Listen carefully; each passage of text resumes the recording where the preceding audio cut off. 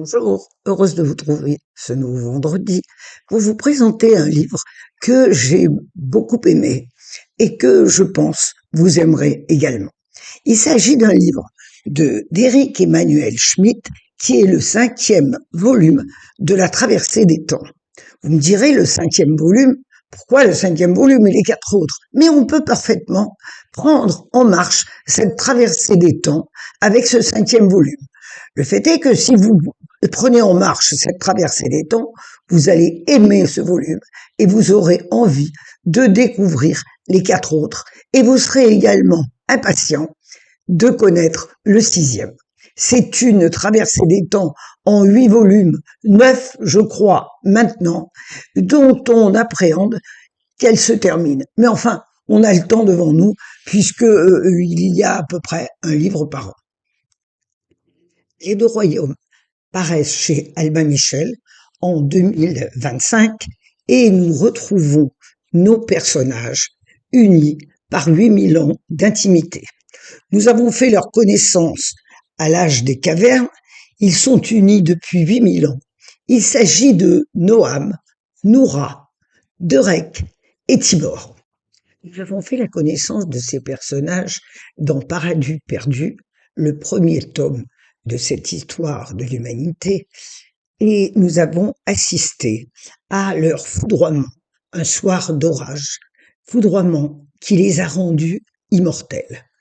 Ils meurent et comme des plantes renaissent à la vie, parcourant l'histoire de l'humanité et partageant avec nous leurs aventures avec un regard nouveau sur les êtres, les choses et les événements.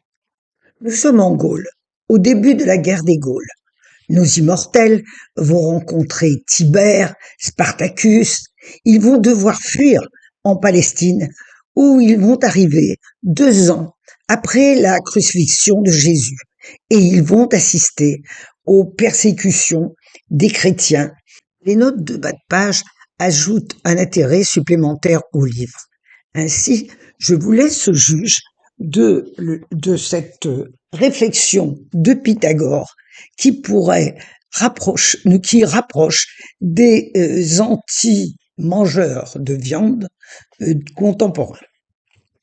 Comment celui qui égorge un agneau peut-il fermer ses oreilles au bêlement plaintif? Comment celui qui exécute le chevreau ne perçoit-il pas le vagissement d'un enfant? Laissons les animaux tranquilles. Respectons l'asile où vivent les âmes de nos parents, de ceux que nous avons aimés dans leur enveloppe humaine. Pythagore ne se vêtait pas d'étoffes fournies par les dépouilles des animaux. Il refusait même la laine, qui procédait d'une violence infligée aux moutons. Il préférait les chaussures en écorce aux sandales en cuir et s'était imposé un régime végétarien. Sa philosophie avait orienté son appétit. Tuer, puis digérer des agonies? Jamais, répétait-il. Je ne veux pas de crime dans mon assiette. Les deux royaumes mettent en présence 2 conceptions de l'humanité. La civilisation romaine, impériale, terrestre, matérielle, et la civilisation chrétienne, universelle, céleste, morale. C'est un roman historique qui reste très contemporain et qui nous montre que l'humain ne change pas à travers les âges. C'est un roman qui est très facile à lire puisque l'écriture est belle, facile et les personnages sont attachants. Ce roman historique, qui est aussi un roman fantastique, a l'avantage de nous faire voir l'humanité à travers ses bonheurs, alors que les romans historiques ont tendance à privilégier les catastrophes et les malheurs de l'humanité.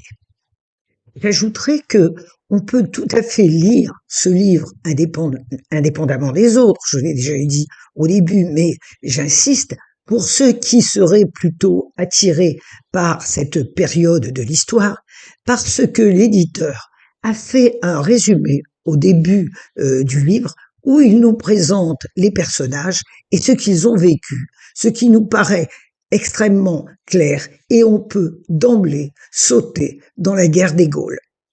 Voilà qui vous promet un très bon voyage pour ce week-end.